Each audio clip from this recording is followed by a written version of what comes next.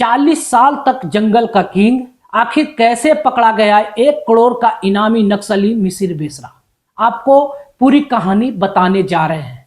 नमस्कार, मैं संजीत यादव और आप देख रहे हैं लाइव लगातार। एक छोटा सा गांव, एक साधारण परिवार, पढ़ाई में तेज एक छात्र, लेकिन फिर ऐसा क्या हुआ कि वही युवक देश के सबसे खतरनाक माओवादी नेताओं में शामिल हो गया।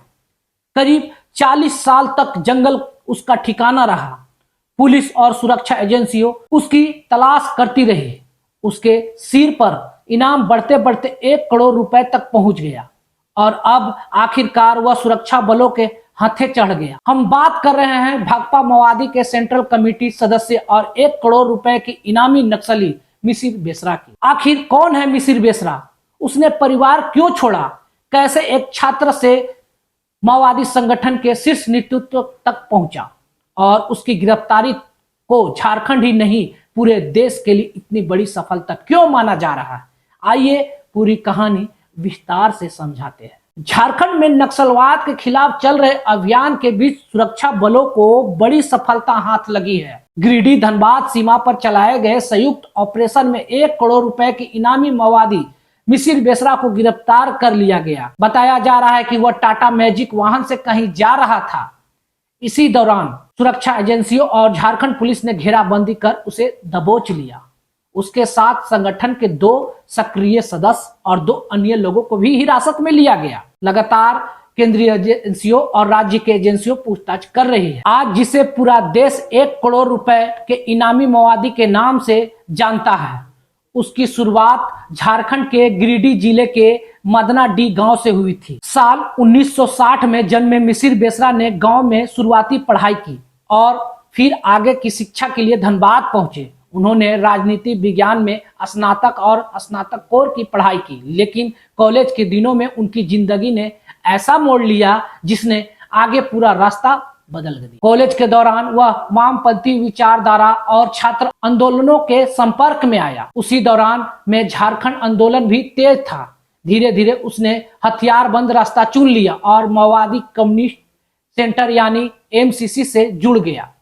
बाद में एमसीसी और पीपुल्स वार ग्रुप के विलय के बाद बने भाकपा माओवादी में उनकी ताकत लगातार बढ़ती गई। संगठन में उसे भास्कर, सागर, प्रधान जी और कई नामों से उन्हें जाने लगा। परिवार छूटा, जंगल बना घर। मिसिर बेसरा नाबालिग थे उसी समय उसकी शादी हुई, एक बेटा भी हुआ, लेकिन 1980 के दशक में उसने परिवार छोड़ दिया और फिर कभी पीछे मुड़कर नहीं देखा। सालों तक घर नहीं लौटा। हालत ऐसे बने कि उसकी पत्नी ने दूसरा विवाह कर लिया। उसका बेटा भी बड़ा होकर यही कहता रहा कि बचपन के बाद उसने अपने पिता को कभी नहीं देखा। सुरक्षा एजेंसियों के मुताबिक मिसिर बेसरा सिर्फ एक नक्सली नहीं था, बल्कि माओवादी संगठन की राजनीति बनाने वाले शीर्ष नेताओं में शामिल था।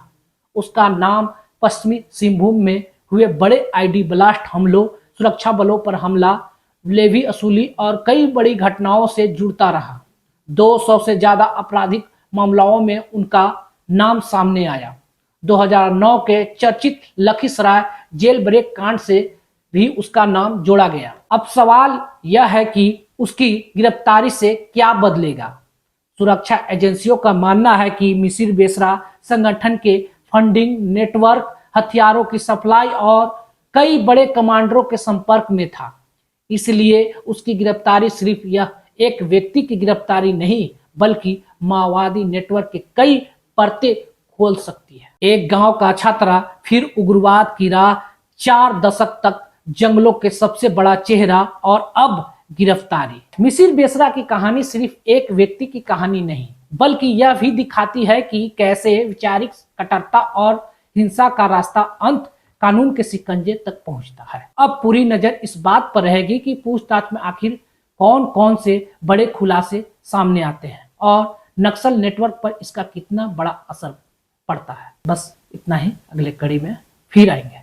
नमस्कार। लाइव लगातार के वीडियो को लाइक करें, सब्सक्राइब करें और बेल आइकॉन को दबाना न भूलें।